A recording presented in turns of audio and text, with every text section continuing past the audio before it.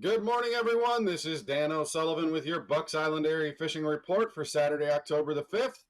First of all of us at Bucks Island want to send out our thoughts and prayers to everybody affected by Hurricane Helena. It's been a terrible, scary time for everybody and our neighbors up to the northeast of us. Our hearts are with you. We're going to check in with our guys and talk about fishing in our area.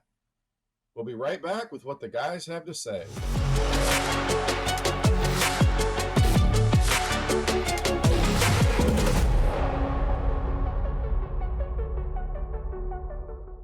Hey, it's a spooky month out there, and I know the bass bite might be a little scary, but we're going to talk a little bit of bass and crappie with Lee Pitts. Lee, what's going on? It's starting to pick up a little bit. We had some weather issues this last week. A lot of well-deserved rain that we needed, but luckily we didn't have it as bad as others. But it's muddied up the water a little bit. Our main river system, here on especially Weiss Lake, it's had a lot of stain to it. They've been running a lot of turbines and trying to get some of this mud out of here. So for our crappie end of it, the fish that were coming up on that main river and getting in that structure is really been difficult to fish. We've had so much water that you just can't get a bait down there to them. But it's Yeah. slowing down a little bit now. The water's cleaning up. They're getting it back to normal. A lot of the trash and debris that we were seeing is went on down the river. So things are picking up on Weiss, and even with our crappie, they're getting back where they need to be pretty quick. Still out there close to the river in some of the big creeks where you can find that brush.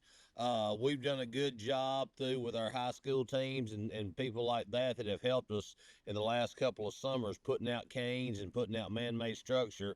So a lot of that you can look for to find, and you can go, with our Weiss Lake page and get all the waypoints and things like that with our improvement association. So look at some of that stuff, some of the stuff that's off of the main river. That you can still get some depth, still get some of these big creeks, and that's where your crappie tend to be staying right now. Gotcha. All right. Neely Henry, I know there's a ton of current coming out of Weiss Lake. What are you hearing out of Neely? It's about the same. We're sending a lot of our stuff that way. So Neely, it's one of these deals. Look for um, the inside creases of some of these mouths of the pockets. Look for something that you can get out of that just straight main water coming through there. I think the fish are tired of fighting it. They're finding these eddy spots. They're finding some of this structure that they can get behind. Still feeding up pretty good. It's just you gotta kind of rethink some of the things that you were doing out on that main river system and getting on those log jams and some of the laydowns out there. They've tucked back in and just taking a break, waiting for it to get gone. Yeah, and the crappie are going to be doing the same, right? They're going to be maybe offshore brush piles, maybe just off the current, but they're going to be in wads, right? Oh yeah, they're starting to now. The cooler it gets, the better it's going to get. Water temperature right now, you're looking 75, 76. We, later in the week, we've had a little bit of temperature rise come back on us, so they're giving us one last taste of summer. But still, with that water cooling down, these fish are starting to get together. I tell everybody in the heat of the summer, they want to come fishing for crappie. I said, in that hot water, they get where they just hate each other. They don't want to be around each other. They bust out. Now things are cooling down. Everybody's getting more peaceful with this fall rolling in, so they're starting to wad back up together where you can catch them. Lee, as always, brother, we appreciate it. We'll talk to you again next week.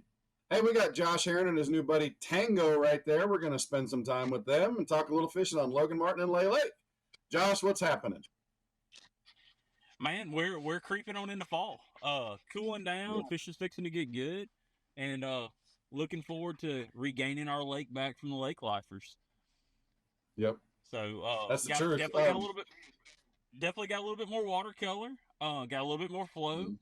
So that's gonna bump it up. It's gonna start sending these fish to the back of these creeks. Start getting that fall migration going that was kind of been stalled out. So hopefully, as soon as those water temperatures start falling, you're fixing to start seeing a big push of fish, and we're going to get on that buzzbait bite in the fall. Walking bait's kind of like an I'm a big stick or a traditional spook or like a shower blow or something like that. It's fixing to start playing a whole lot, and the ever elusive spinnerbait bite, man. We're fall setting up good, and hopefully fish are right where they need to be. Yeah, I know we got a couple weeks till that Lay Lake ABT championship. Is that the kind of stuff you're going to see, or is it going to be the water going to clear, or are we going to go back to being the jig and minnow? The upper end of the Lay Lake is gonna be what we were just talking about. It's gonna be that buzzbait deal, spinnerbait, chatterbait, fluke, stuff like that. It's gonna be like a geared up bait fish deal. Whether you're fishing the shoals in the river or just fishing natural riverbanks. The bottom end of the lake's gonna set up a little bit different. You still got a lot of fish that like to roam the timber on the bottom end. Yeah, largemouth and spots. So it's gonna be that's where like your jerk bait, your forward facing sonars kind of deal is really gonna play more on the bottom end. And from call it Spring Creek to Hay Springs is gonna be a little bit of mixture of both. So it's really Okay. gonna be a pick your poison kind of deal.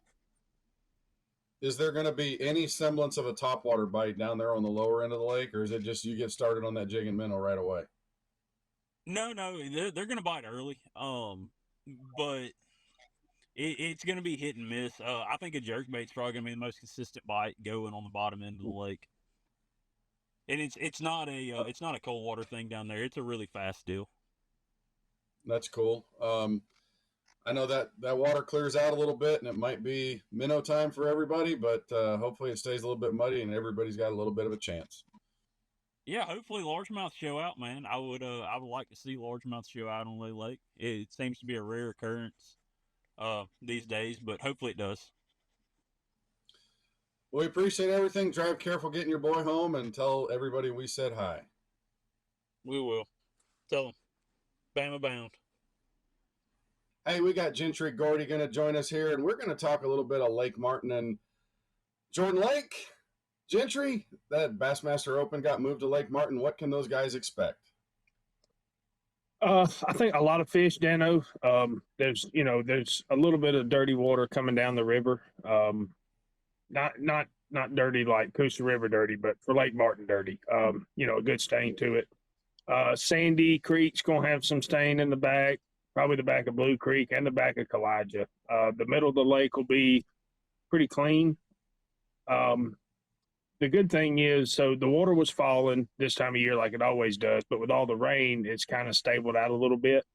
I'm sure when they get there, it'll be back on the fall, but I think it'll, you're running around on the banks, buzz bait, square bill, your trash piles, your docks, your regular bank fishing, I think will play a big part versus the guys forward facing sonar out in that clear water.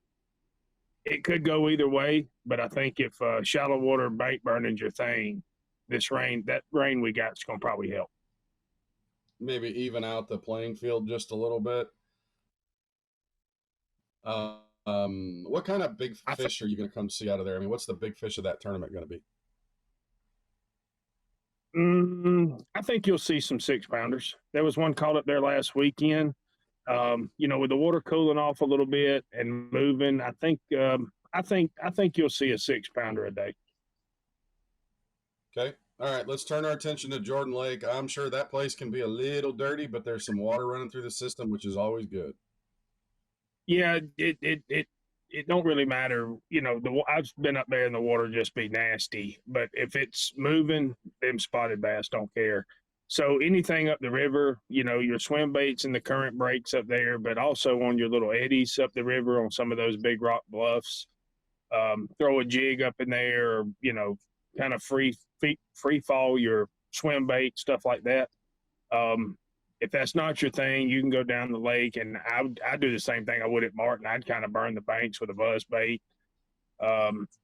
especially in the mouths of the pockets if they're pulling water. I think the bait would school up right in there and probably see some schooling fish. Is it a numbers thing where you go after surface, or is it best to go look for forward-facing sonar? Is it going to be a reaction deal, or do you want to do the sonar deal right now?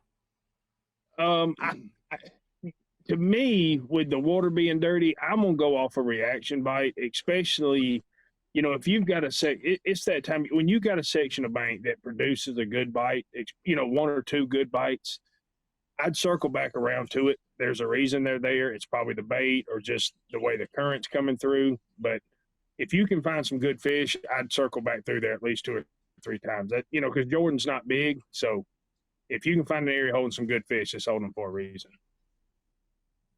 Well, brother, I appreciate it. Thanks for the time, and we'll talk to you again next week, man. Hey, we got Tom Ott going to talk a little bit of Guntersville fishing. Tom, first of all, I hope everybody's safe with this hurricane that's coming through. We know it's going to drop water and a lot of it. How's the fishing been before, and what do you expect afterwards? Well, it's really picking up, Dano. Last weekend was a lot better. There was a big tournament, big high school tournament, so I got to get out there and run around a little bit and watch those guys. But they had a real good day. A lot of fish were caught. Not really a lot of big fish, but a lot of fish. Good, solid, healthy fish. So I'm telling you, that frog bite's really starting to show itself. The flipping bite's probably the most consistent as far as better fish go. But the chatterbait, I'm catching a lot of fish. I like to stay out a little bit. I've been catching fish in probably that 8-10 foot of water and doing real well. I mean, it wasn't a huge day, but I think we had 17, 18 pounds last weekend, and it was just they were just good solid fish. But most of them either came on a chatterbait, a spinnerbait. We had a few that we caught on plastic, soft plastics. But the flipping bite really produced the largest fish for sure. With all the wind, I'm kind of wondering what's going to happen with the wind and a lot of rain. Some of the mats are starting to not really get smaller, but appear smaller anyway, kind of sink under the water. So I'm kind of wondering what's going to happen. We had some water level drop. The water temperature's been up and down. We were in mid 70s. We were back up into the low 80s this past week. So it's really just, it's really volatile right now, but the fish are trying to do their thing the best they can for sure. So what you're telling me is it's up and down and the fish are kind of a little bipolar right now. But if you keep going, you catch a few. Okay, let's talk a little bit about, are you seeing crappie boats out there? Striper, are they starting to go? What are you seeing? The stripe, the topwater activity, we've been seeing a lot of schooling stuff, schooling happening, but the stripe have been kind of sporadic a little bit. And I don't know if that's a weather related thing or exactly what. The causeways are starting to fill up. The crazy thing about the crappie right now is they do like those bridge pilings, but just because they're in 20 foot of water doesn't mean that they're going to be down at 20 foot of water. A lot of these fish are suspending, just 4 or 5 feet under the surface, and they're just picking off the bait fish as they come through. So that's really probably the best way to catch your crappie right now is be around those bridges, causeways, and the poles, the pylons, that kind of deal. But I think it's going to happen a little earlier this year where we're going to start seeing them disperse into the grass, start getting a little shallow, and that's a fun time for sure. Well, brother, we appreciate everything. You have a great week. Be safe with Helena coming through, and we will talk to you soon. Well, that'll do it with our Bucks Island area fishing report for Saturday, October the 5th. Hey, stop on by Bucks Island. Take a look at some of those boats that you've been dreaming of. There's some rebates out there.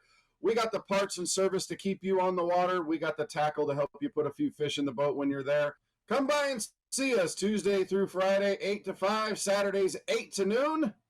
We look forward to seeing you, and we'll talk to you soon. You are the best part of Bucks Island, and we appreciate you.